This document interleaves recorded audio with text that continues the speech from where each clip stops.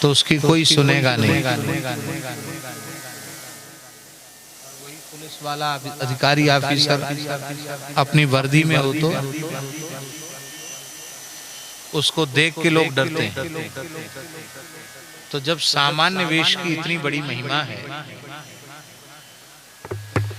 एक सिपाही के, सैनिक के वेश की इतनी महिमा है, तो फिर ये संत का जो वेश है, इसे हमारे यहाँ भगवान का वेश कहा गया। किसका वेश कहा गया? इसलिए हमारे यहाँ संतों में जब पूछा जाता है कि तुम्हारा परिचय क्या है, तो यहीं से शुरू करते भेष भगवान का। क्या कहते हैं? कुछ भेष कहते हैं, कोई भेख कहते हैं, एक ही बात। भेख भगवान का, हाँ पंजाबी में भेख कहते हैं। भेख भगवान का वेश है। संत का वेश भगवान का वेश है। सारी सृष्टि भगवान का स्वरूप है।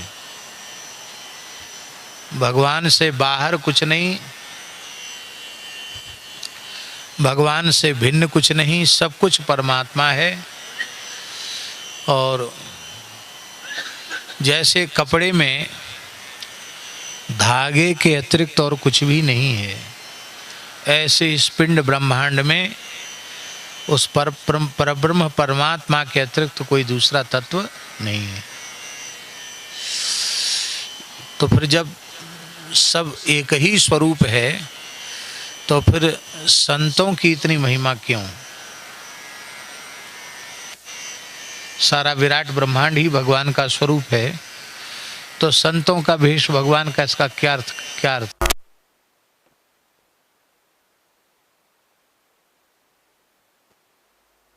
लक्षणों से संतों के वेश की इतनी महिमा है।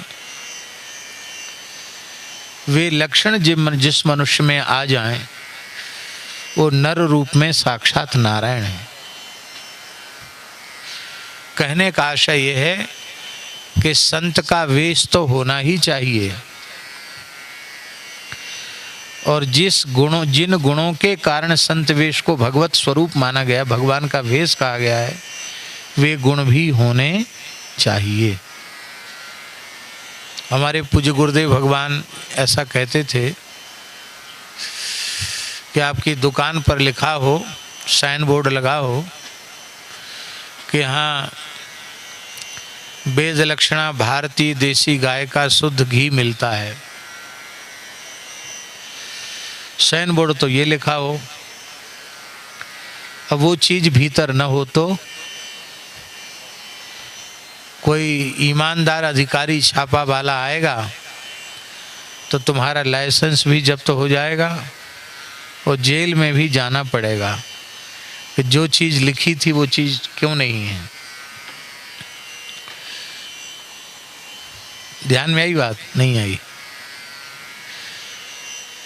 ये जो साइन बोर्ड है ना, संत का वेश, ये प्रमाणित करता है कि ये वेश हैं तो ये लक्षण इनमें जरूर हैं, इनके हृदय में भगवान खेलते हैं।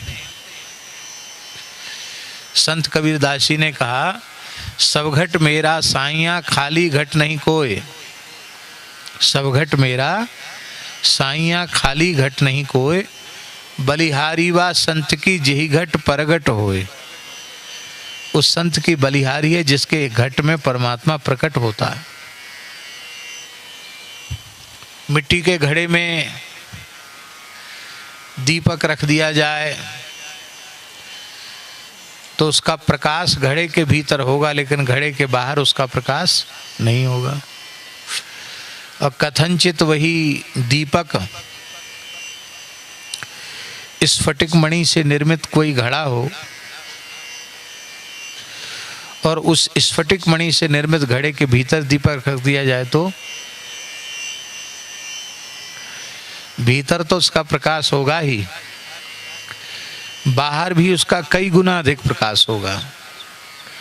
तो हम लोग जो संसार के विषयी पामर जीव हैं, वे मिट्टी के घड़े के जैसे हैं। दीपक तो वहाँ भी जल रहा है, परम ज्योति का प्रकाश तो उस घट में भी है, लेकिन श्री गुरु नानक देव जी, श्री कबीर साहब जी, श्री धना जी, श्री रैदास जी, मीराबाई, श्री तुलसीदास जी, श्री मलुकदास जी, ये सब ऐसे संत हैं जो घड़ा तो हैं पर मिट्टी के घड़ा नहीं। किसके घड़े हैं? मणि के घट हैं। इसलिए इनके भीतर भी परमात्मा का प्रकाश है, उनके बाहर भी परमात्मा का प्रकाश है। तो यदि हम वेश वैष्णव का, भक्त का, संत का वेश बनाते हैं और उस वेश के अनुरूप यदि हमारा जीवन नहीं है तो हम भगवान को प्रसन्नता नहीं प्रदान करेंगे। हम भगवान को हमारे उस वेश मात्र से भगवान प्रसन्न होने वाले नहीं हैं। दंभ जो है वो आसुरी संपत्ति में है। यदि हमारा जीवन निश्चल निष्कपट नहीं है, सहज सरल नहीं है और संत के वेश के साथ संत के गुण हमारे जीवन में नहीं है, तो फिर हमारे इस वेश से पेट तो भर जाएगा, लोग सम्मान भी कर देंगे। संत वेश का सब सम्मान करते हैं, राजा रंक सब सम्मान करते हैं, सम्मान भी मिल जाएगा, भोजन भी मिल जाएगा, वस्त्र भी मिल जाएगा, लेकिन राम जी रीझने वाले नहीं, भगवान नहीं रीझेंगे, न सच्चे संत रीझेंगे और न सच्चे सद्गुरु रीझेंगे। हरि गुरु संत रीझेंगे तभी जब वेश के अनुरूप हमारा जीवन हो। ठीक है, इसीलिए हमारे वृंदावन के महान रसिक श्री भगवत रसिक जी महाराज कहते, वेशधारी हरि के उरसाले। हाँ, वेशधारी हरि के उरसाल। अर्थ समझ रहे हैं ना? केवल वेश बनाने वाले लोग भगवान के हृदय को पीड़ा पहुंचाते हैं। वेशधारी हरि के उरसाले। हाँ, वेशधारी हरि के उरसाल। लोभी दंभी कपटी नट से, लोभी दंभी कपटी नट से, लोभी दंभी कपटी नट से, शिष्णोदर को पालें वेशधारी हरि के उरसाले। हाँ, वेशधारी हरि के उरसाले। लोभी हैं, दंभी हैं, कपटी हैं, केवल वासना की पूर्ति और पेट को भरने में लगे हैं। ऐसे दंभी पुरुष क्या क्या नहीं करते। गुरु बने गुरु भय घर घर में डोले, नाम धनी को बेचे। गुरु बने घर घर में डोले, नाम धनी को बेचे। गुरु बने, भैया ताली मत बजाओ, केवल सुनो। गुरु बने घर घर में डोले, नाम धनी को बेचे। गुरु बने घर घर में डोले, नाम धनी को बेचे। परमार्थ सपने नहीं जाने, परमार्थ सपने नहीं जाने। पैसन ही कू खेचे वेशधारी हरि के उरसाले। पैसन ही कू खेचे वेशधारी हरि के उरसाले। हाँ, वेशधारी हरि के उरसाल। क्या क्या नहीं करते हैं दंभी पुरुष, लोभी पुरुष, लालची पुरुष। वेश तो बहुत अच्छा बनाते हैं लेकिन उसके अनुरूप उनका जीवन नहीं होता। कबहु कबकता है बनी बैठे, कथा भागवत गावे। गावे बनी बैठे, अर्थ अरथ अर्थ अनरथ कछु नहीं जाने, अर्थ अनरथ कछु नहीं भाखे, पैसन ही कूधावे वेशधारी हरि के उरसाले। हाँ वेशधारी हरि के उरसा। लोभी दंभी कपटी नट से लोभी, शिष्णोदर को पालें वेशधारी हरि के उरसाले। वेशधारी हरि के उरसाले। आहा कबहु कहरि मंदिर को सेवे करे निरंतर वासा,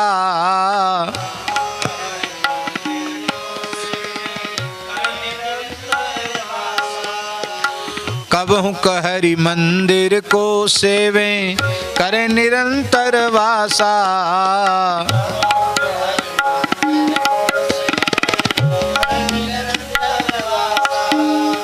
भाव भगति को लेस न जाने, भाव भगति को लेस न जाने, पैसन ही की आशा वेशधारी हरि के उरसाले। हाँ वेशधारी हरि के उरसाले। हाँ वेशधारी हरि के उरसाले। इसका अर्थ नहीं कि वेश धारण नहीं करना चाहिए, वेश अवश्य धारण करना चाहिए, हैं? ये वेश तो भगवान का है, पर उसके अनुरूप हमारा जीवन होना चाहिए। हमारे जीवन में दंभ नहीं होना चाहिए, लोभ नहीं होना चाहिए, कपट नहीं होना चाहिए, जीवन में सच्चाई होनी चाहिए। दंभी पुरुष क्या क्या नहीं करते हैं, संसार को रिझाने के लिए, भगवान को रिझाने के लिए नहीं। नाचें गावें चित्र बनावें करें काव्य चटकीली,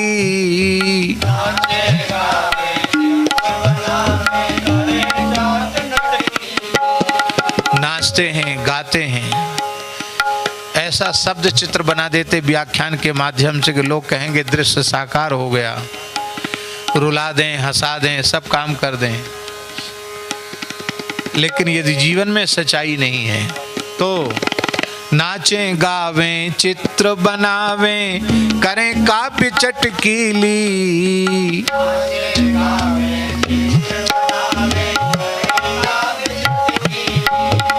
सांच बिना हरि हाथ ना आवे, सांच बिना हरि हाथ ना आवे, सब रहनी है ढीली वेशधारी हरि के उरसाले। हाँ वेशधारी हरि के उरसाले। बिनु वैराग्य बिनु विवेक वैराग्य भगति बिन सत्य न एको मानो, बिनु विवेक वैराग्य भगति बिन सत्य न एक मानो,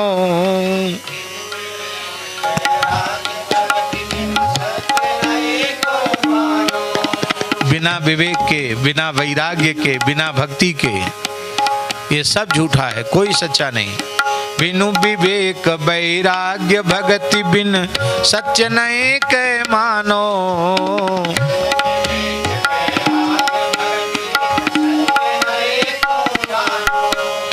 भगवत विमुख कपट चतुराई, सो पाखंडे जानो वेशधारी हरि के उरसाले। हाँ वेशधारी हरि के उरसाले। हाँ वेशधारी हरि के उरसाले। तब हम क्या करें कि हमारा यहाँ बेस का मतलब केवल विरक्त संतों की बात नहीं है। जो भी भगवत शरणागत वैष्णव हैं, भगवान की शरण में आए हैं, भगवत चिन्हों को जो धारण करते हैं, उन सब के लिए, जो भी जीव चाहे गृहस्थ हों, विरक्त हों, किसी जाति के हों, जो भगवान की ओर लगे हुए हैं, वे सब साधु ही हैं, सब साधु हैं।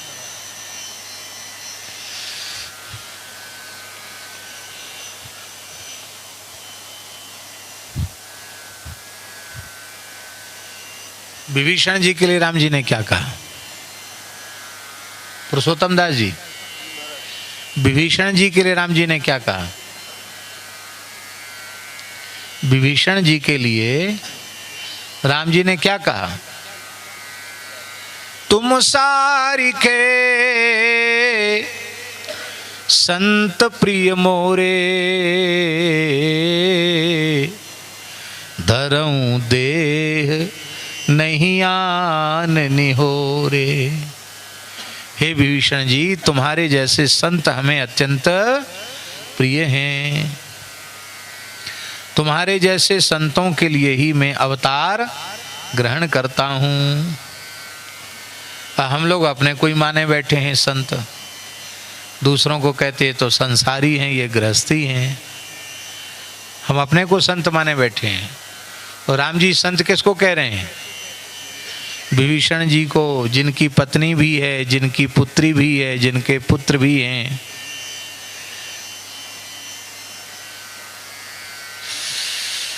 उनको राम जी संत कह रहे हैं। इसलिए विरक्त संतों का स्वरूप तो संतों का वेश है ही, उसका आदर करना चाहिए। पर सच्ची बात है, भगवान की ओर लगे हुए ईमानदारी से जितने जीव हैं, साधक हैं, उपासक हैं, वो सब साधु हैं, वे सब सज्जन हैं, वे सब संत ही हैं। ऐसा ही मानना चाहिए। हमारी सिख परंपरा में विरक्त संत कितने हुए? कम हुए। पर संसार में रहकर महान विरक्त, शरीर संसार से जिन्हें परम वैराग्य और ज्ञान की, प्रेम की बहुत ऊंची कक्षा को उन्होंने प्राप्त किया, जीवन मुक्त हो गए, ऐसे अनेक महापुरुष हुए कि नहीं हुए?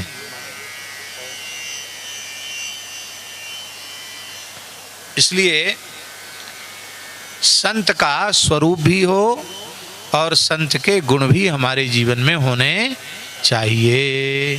कौन से गुण? इतने गुण जामे सो संत, इतने गुण जामे सो संत, इतने गुण जामे सो संत, इतने गुण जामे सो संत, इतने गुण जामे सो संत। वो कैसे भी तिलक वाला हो, कैसी भी वेशभूषा वाला हो, किसी भी जाति का हो, इस प्रकार के गुण जिसमें है वो संत है। इतने गुण जामे सो संत, इतने गुण जामे सो संत।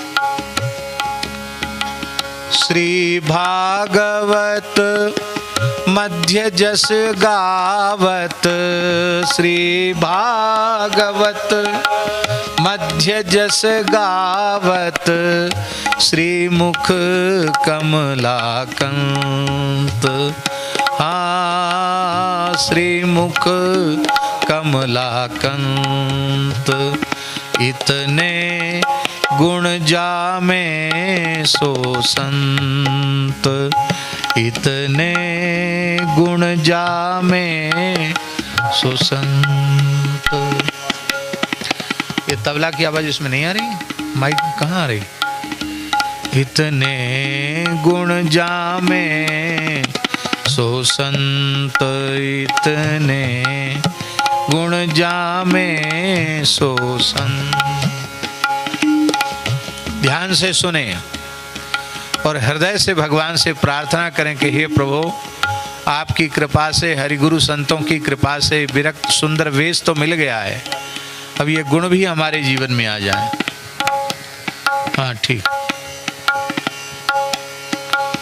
हरि को भजन साधु की सेवा, हरि को भजन साधु की सेवा, हरि को भजन साधु की सेवा, हरि को भजन साधु की सेवा, हरि को भजन साधु की सेवा,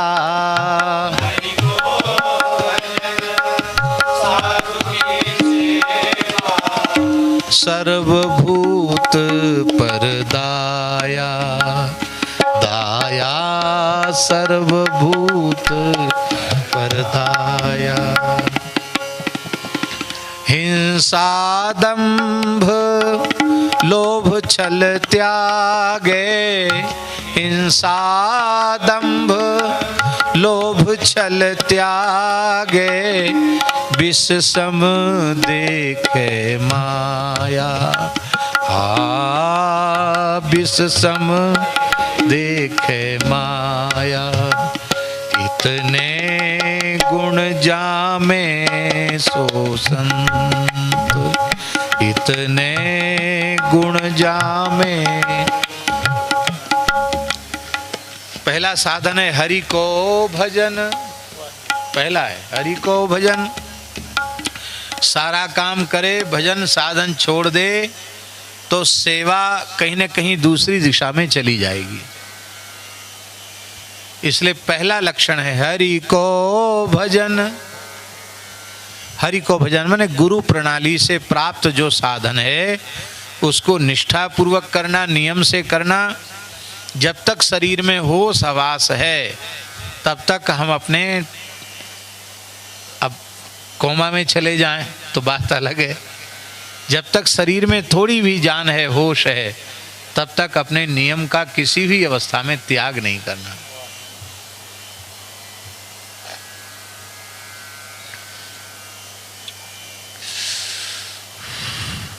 कहाँ जा रहे? काहे के लिए? किसको लिए? हाँ नहीं, हमको तो जरूरत नहीं, हमको आवश्यकता नहीं। टॉर्च लगते ही यहाँ कीड़े आना शुरू हो जाएंगे।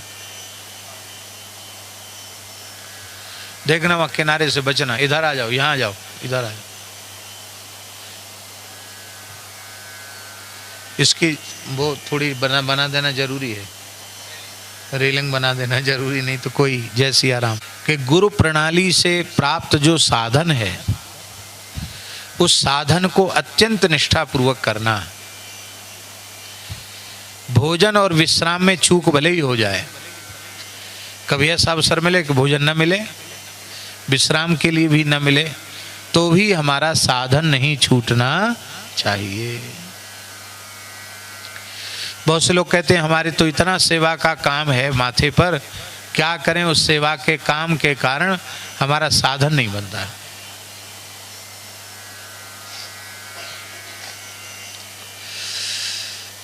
ये केवल बहाना है। ये क्या है? ये केवल बहाना है।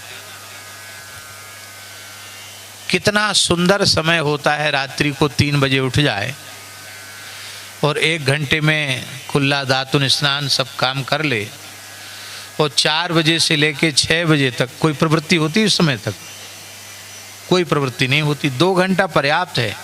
1 घंटा भी ईमानदारी से भजन कर ले, 24 घंटे उसकी मस्ती चढ़ी रहेगी। लेकिन भजन रात्रि में भी भजन कर सकते, सवेरे भी भजन कर सकते। कितने संतों का साधन। एक संत ऐसे हैं, उनका नाम हम नहीं लेंगे, अब तो बहुत वृद्ध हो गए हैं। ऐसे संत हैं जो पूरी रात साधन करते हैं, पूरी रात एक आसन से बैठ के साधन करते हैं पूरी रात। और जब सब जगने का शाम होता है, समय होता लोगों का 5 बजे जगने का समय होता है, 5 बजे तान दुपट्टा सो जाएंगे, 9 बजे तक विश्राम करेंगे, दिन में 9 बजे तक, फिर स्नान आदि करके कितने घंटे हुआ, 5 बजे विश्राम में गए और 9 बजे उठ गए, कितना, 4 घंटे। आज भी वे संत 24 घंटे में 4 घंटे ही विश्राम करते, 20 घंटे साधन आज भी उनका चल रहा है।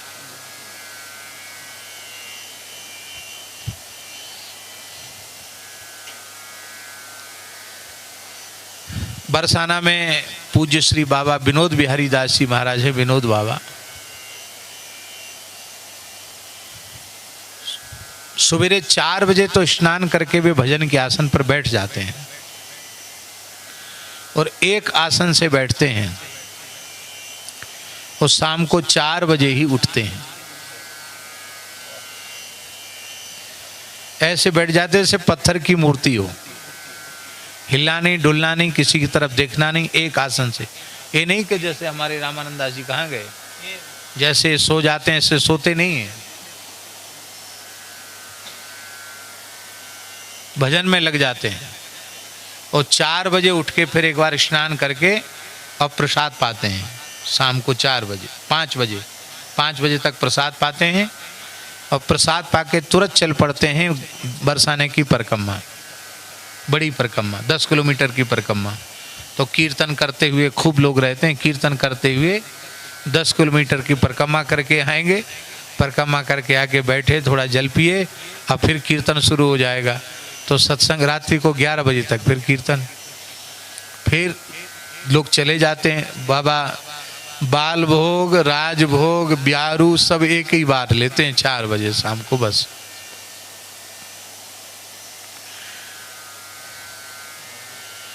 चौबीस घंटे में एक ही बार आहार, जो कुछ ले लिया, हो गया काम।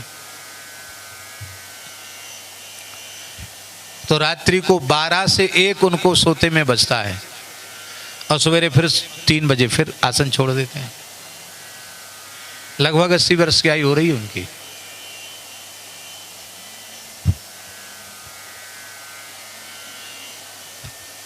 कहने का आशय हमारा ये है कि जब हमारी निष्ठा नहीं होती है तो ही हमें समय नहीं मिलता। निष्ठा होवे तो समय बहुत बढ़िया से मिल जाएगा।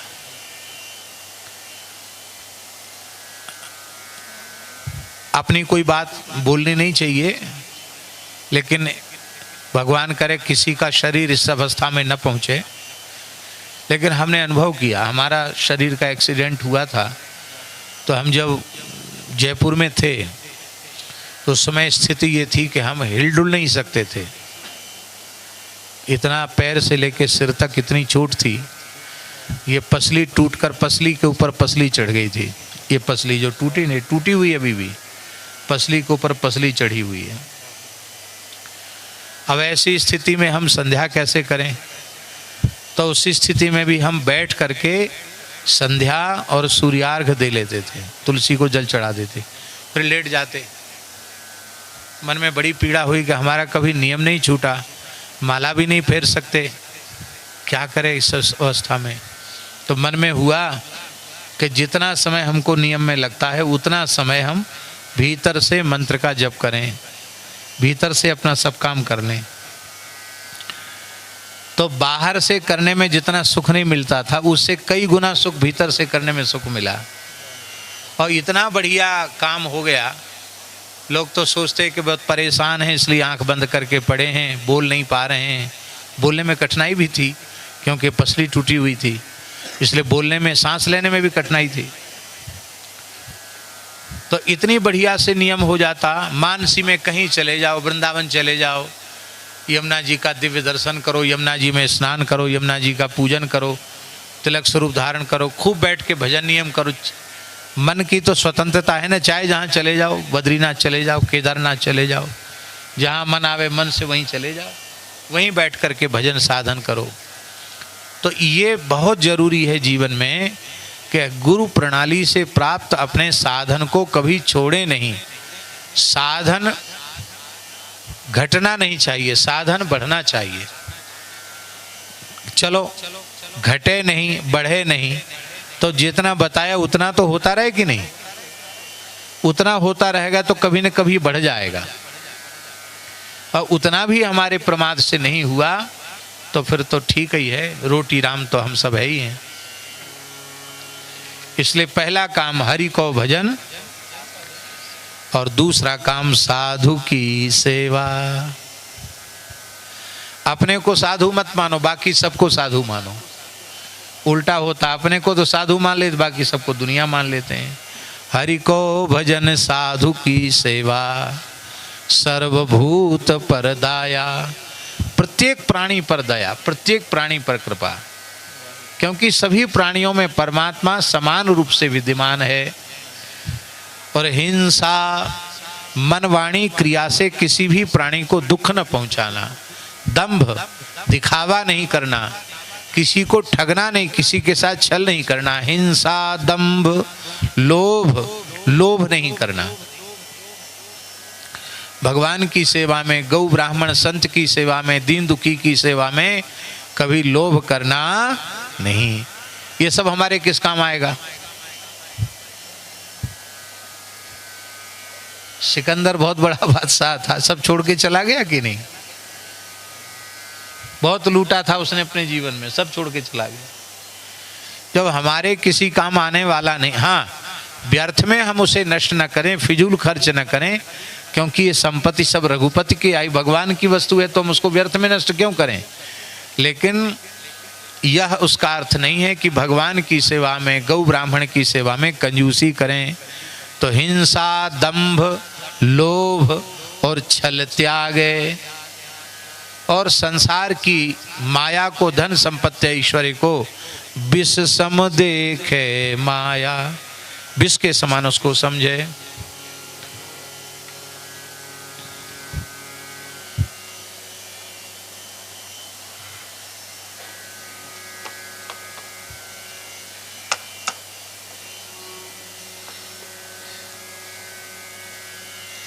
क्या हो गया?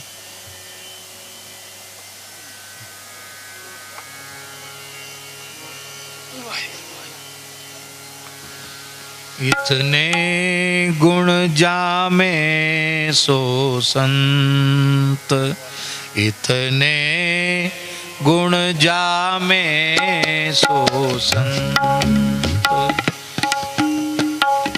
हरि को भजन साधु की सेवा, हरि को भजन साधु की सेवा, हरि को भजन साधु की सेवा, साधु की सेवा, सर्वभूत पर दाया, सर्वभूत पर दाया, हिंसा दंभ लोभ छल त्यागे, हिंसा दंभ लोभ छल विष सम देखे माया, विष सम देखे माया, इतने गुण जामे सो संत, इतने गुण जामे सो संत, सहनशील आशय उदार, सहनशील आशय उदार, अति धीरज सहित विवेकी, अति धीरज सहित विवेकी, सत्य वचन सबको सुखदायक, सत्य वचन सब, सत्य वचन सबको सुखदायक। मुझे आप बोलो ना कुछ। ये क्या बताएगी, ये तो सस्ते के